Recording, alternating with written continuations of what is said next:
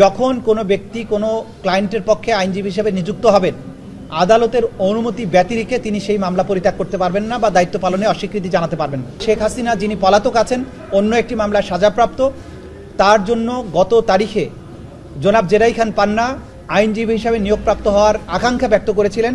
আদালত তার সেই আকাঙ্ক্ষার প্রতি শ্রদ্ধা দেখিয়ে তাকে শেখ হাসিনার পক্ষে তাকে ডিফেন্ড করার জন্য রাষ্ট্র নিয়োজিত আইনজীবী অর্থাৎ স্টেট ডিফেন্স লয়ার এনগেজ করেছিলেন।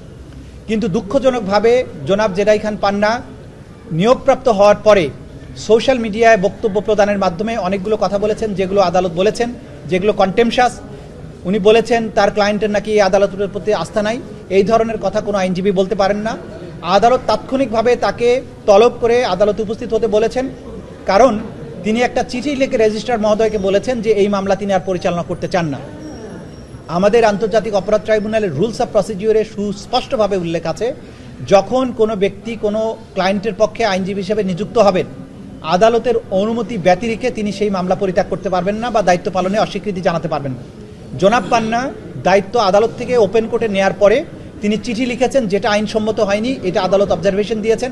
তাকে সতর্ক করেছেন যে তিনি সোশ্যাল মিডিয়াতে যে ধরনের কথা বলেছেন এটা তার বলা উচিত হয়নি, ভবিষ্যতে যাতে এটা না বলেন, এবং তার পরিবর্তে পলাতক আসামি শেখ হাসিনাকে ডিফেন্ড করার জন্য আরেকজন আইনজীবী আমির হোসেন সাহেবকে নিয়োগ করেছেন। আগামী 14ই ডিসেম্বর আসামি পক্ষের অংশটুকু চার্জ গঠনের ব্যাপারে তাদের যে সাবমিশন, সেটার শুনানি অন্তে আদালত পরবর্তী আদেশ দেবেন চার্জ গঠন হবে কি হবে না।